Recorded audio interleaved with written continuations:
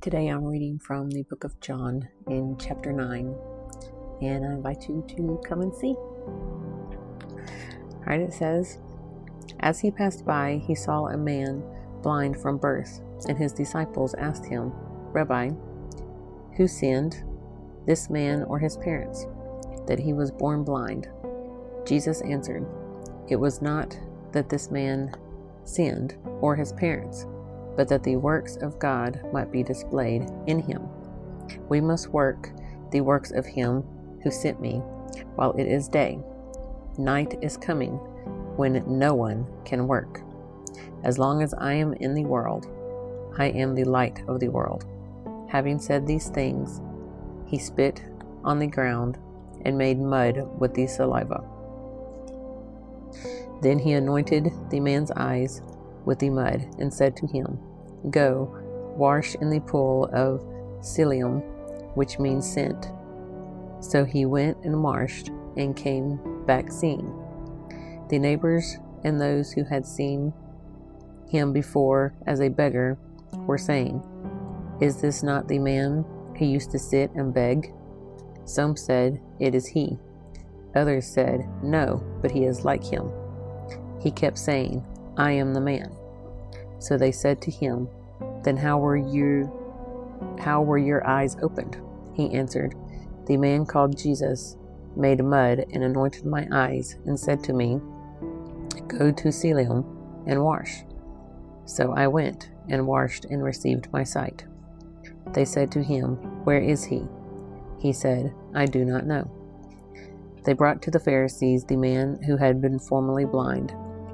Now it was a Sabbath day when Jesus made the mud and opened his eyes. So the Pharisees again asked him how he had received his sight. And he said to them, 'He put mud on my eyes, and I washed, and I see.' Some of the Pharisees said, 'This man is not from God, for he does not keep the Sabbath.' But others said, 'How can a man who is a sinner do such signs?' And there was a division among them. So they said again to the blind man, 'What do you say about him, since he has opened your eyes?' He said, 'He is a prophet.' The Jews did not believe that he had been blind and had received his sight, until they called the parents of the man who had received his sight, and asked them, 'Is this your son, who you say was born blind? How then does he now see?' His parents answered, 'We know that this is our son and that he was born blind. But how he now sees we do not know, nor do we know who opened his eyes. Ask him, he is of age. He will speak for himself.'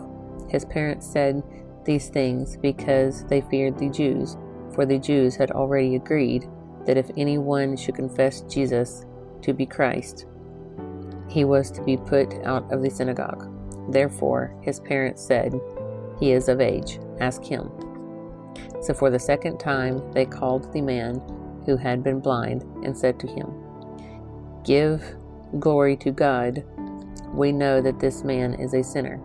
He answered, 'Whether he is a sinner, I do not know.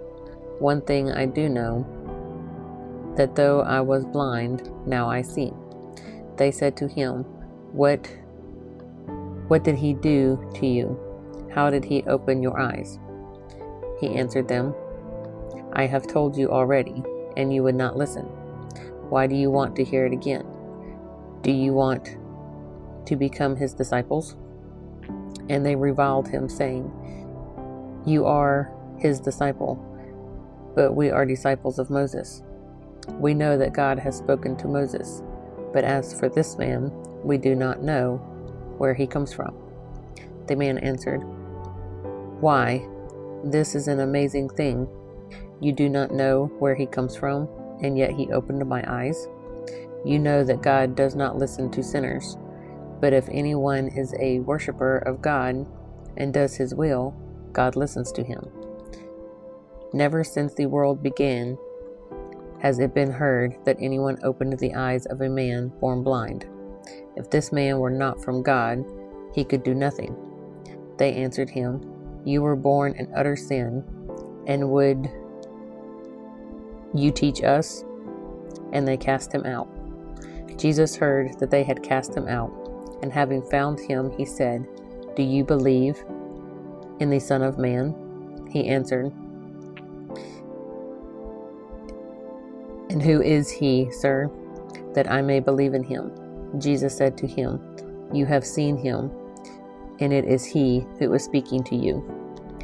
He said, Lord, I believe, and he worshipped him. Jesus said, For judgment I came into this world, and those who do not see may see, and those who see may become blind. Some of the Pharisees near him heard these things, and said to him, Are you also blind? Jesus said to them, If you were blind, you would have no guilt.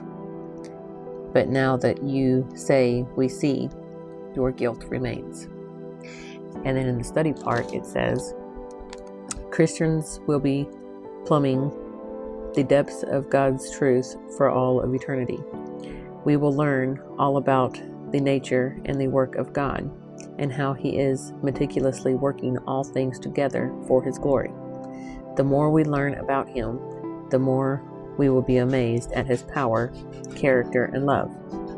But becoming a Christian does not require deep knowledge of God. It simply requires recognition of our brokenness and an experience with Jesus that causes us to follow him. The man in this story did not know who Jesus was, where he came from, or what he was like. All he knew was that he had been born blind and that Jesus had caused him to see. That was all he needed to know to begin following Jesus. In the same way, when we really encounter Jesus, he heals us of our spiritual blindness. When we understand his work, we are able to see our sin and our need for him, which draws us to his free gift of salvation. When we are drawn to him, we begin to follow him. This man who had been born blind first saw the light because of Jesus's gracious work on his behalf. So also for believers who seek him.